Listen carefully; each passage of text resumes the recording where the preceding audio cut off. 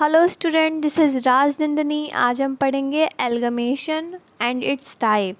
एल्गमेशन means where two or more companies combine to make a new identity or a company.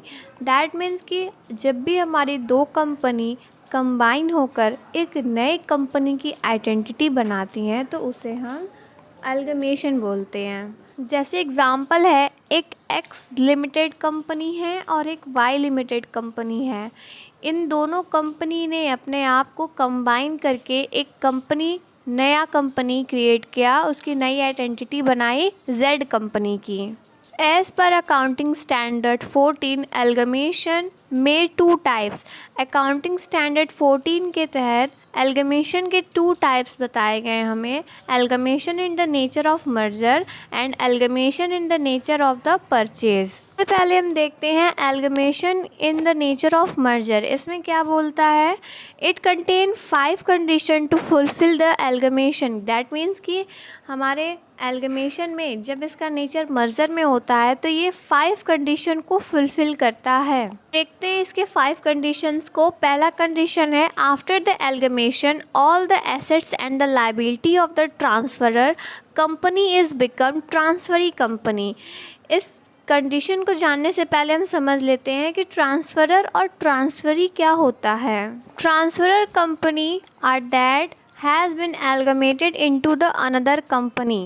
That means कि transfer company उसे कहते हैं जो कि amalgamate होती है, और transferee company is incorporated is known as transferee company. That means कि जो भी कंपनी ट्रांसफ़र कंपनी को ले रही है, कंबाइन करा रही है अपने में, वो हमारी होती है ट्रांसफरी कंपनी। बढ़ते हैं हमारे 5 कंडीशन की तरफ। पहला कंडीशन है, after the amalgamation all the assets and liability of the transferor company is become transferee company. यानी कि जब एल्गमेशन हो जाता है तो ट्रांसफरर कंपनी के जितने भी एसेट्स और लायबिलिटी होते हैं वो सारे ट्रांसफरी कंपनी के हो जाते हैं। दूसरा कंडीशन है, a transferor will transfer these assets and liability to the transferor at the book value. That means कि जो ट्रांसफरर हमें अपने एसेट्स और लायबिलिटी को ट्रांसफरी को दे रहा है एल्गमेशन के बाद, वो सारी चीज़ें बुक वैल्यू पर ही देगा। एक्स्ट्रा वैल्यू, मार्केट वैल्यू, इन सारे वैल्यू पर उसे नहीं देगा। नेक्स्ट थर्ड है हमारा, transferor company of a share holder at least 90% of the face value of equity share is become the share holder of the transferee company. That means कि transferor company के जितने भी शेयर होल्डर हैं उसमें से at least 90% के शेयर होल्डर फेस वैल्यू पर equity share के हिसाब से वो ट्रांसफरी कंपनी में हो जाते हैं। फोर्थ है हमारा, purchase of consideration is charge by transferor in the form of the equity share to the transferee company except the cash may be paid in respect in the fractional share। That means कि जो purchase of consideration होता है transfer और transferee के बीच में जब एल्गमेशन हो जाता है तो वो कैश में होता है। यानी ये कि जब भी हमारा ट्रांसफरर अपने share holder, assets, liability transferee को दे रहा है तो उसके बदले ट्रांसफरर को ट्रांसफरी से कुछ परचेज ऑफ कंसिडरेशन मिलता है, और वो किस फॉर्म में होता है? इन इक्विटी शेयर, या फिर कह सकते हैं except the cash may be respect in the fractional share. या तो वो शेयर में होगा या फिर वो कैश में होगा। नेक्स्ट है हमारा, after the amalgamation transferee does not close the transferor company, transferee carry out the uniform accounting policy। That means कि जब एल्गमेशन हो जाता है तो ट्रांसफरी कंपनी जो है वो ट्रांसफर कंपनी को क्लोज़ नहीं करती है, वो उस कंपनी को यूनिफॉर्म तरीके से जैसे वो चल रहा था उसी तरीके से उसी अकाउंटिंग पॉलिसी पर आगे बढ़ाती हुई चलती, बस वो मर्ज हो जाती हैं। ये थे amalgamation in the nature of merger के 5 कंडीशन। इन 5 कंडीशन पर ही पूरा एल्गमेशन बना हुआ है। अगर इस 5 कंडीशन को हमने अच्छे से समझ लिया तो नेचर ऑफ परचेज को समझना बहुत ही इजी हो जाएगा, क्योंकि कंडीशन 1, 2, 3, 4, 5 इन पाँचों में से किसी भी एक कंडीशन को अगर एल्गमेशन ने फॉलो नहीं किया as a nature of merger, then वो कन्वर्ट हो जाता है किस में, नेचर ऑफ परचेज में। एक बार अंदर पढ़ते हैं amalgamation in the nature of purchase को। Amalgamation will referred as amalgamation in the nature of purchase if any one or more of the 5 condition specified for the merger is not satisfied। that means यहाँ पे यही बोल रहा है कि amalgamation यहाँ पर बोलने का मतलब यही है कि अगर कोई भी पांचों कंडीशन में से एक भी नेचर ऑफ मर्जर का सेटिस्फाई नहीं करता है तो उसे हम नेचर ऑफ परचेज कहते हैं। If the transferor does not transfer their assets and liability to the transfer or the transferor does not transfer the assets and liability at the book value, that means कि एल्गमेशन हो जाने के बाद transfer company अगर transferee company को अपने assets और liability transfer नहीं करती है या फिर ट्रांसफ़र करती है तो उसे अगर बुक वैल्यू पर ट्रांसफ़र नहीं करती है, इसके अलावा परचेज ऑफ कंसिडरेशन में उसे कैश या फ्रिक्शनल शेयर के अकॉर्डिंग कोई भी पेमेंट नहीं मिला है तो हमारा पर नेचर ऑफ परचेज हो जाएगा।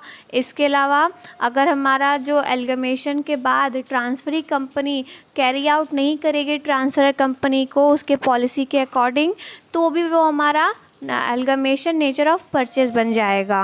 लर्न हमें सिर्फ वो 5 कंडीशन ही करने हैं क्योंकि वही 5 कंडीशन अगर हमें अच्छे से समझ में आ गया तो हमें सिर्फ यही नेचर ऑफ परचेज में बोलना है कि जो 5 कंडीशन नेचर ऑफ मर्जर में फॉलो होते हैं अगर वो किसी तरीके से अगर फॉलो नहीं हो पाया तो वो हमारा नेचर ऑफ मर्जर से हट के नेचर ऑफ परचेज में आ जाता है।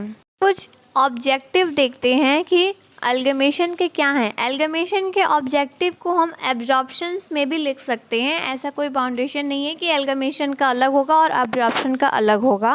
पहला है हमारा एलिमिनेट द कंपटीशन, यानी ये कि कंपटीशन को हटाता है। क्या है अंदर, the main objective of the absorption and the amalgamation is to eliminate the competition among themself, यानी ये कि हम दो कंपनी को कंबाइन करके एक न्यू कंपनी को फॉर्म कर रहे हैं, जिसके वजह से हमें क्या हुआ, हमने जो दो कंपनी के बीच में कंपटीशन हो रहा था कि मैं ऊपर ग्रोथ करूँगा वो फिनिश हो गया, एलिमिनेट कर दिया गया।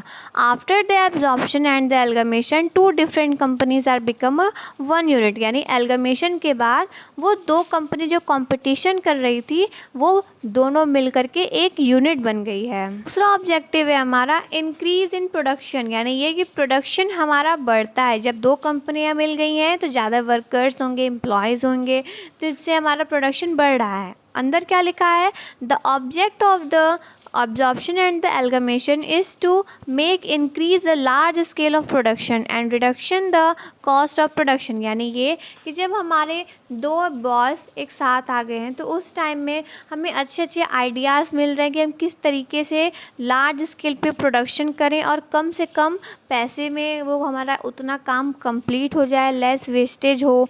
इस वजह से यहाँ पर increase the production when the 2 or more companies are absorption or amalgamation, then the 2 have more financial resource and they have to increase production, यानी ये कि जब एल्गमेशन के बाद दो कंपनीज मिल जाती हैं, कंबाइन होती हैं, तो उस टाइम दोनों के फाइनेंशियल रिसोर्स जो हैं वो एक ही कंपनी पर जाएंगे, जिस वजह से अगर हम प्रोडक्शन बढ़ाना चाहें, कुछ मॉडिफिकेशन लाना चाहें तो हम ईजिली ला सकते हैं क्योंकि अभी हमारे पास फाइनेंशियल कोई दिक्कत नहीं होती है। नेक्स्ट थर्ड है हमारा reduction of cost when 2 or more companies are in the absorption or amalgamation, then they have more financial resource to optimization utilization of the resource and reduce the waste of cost।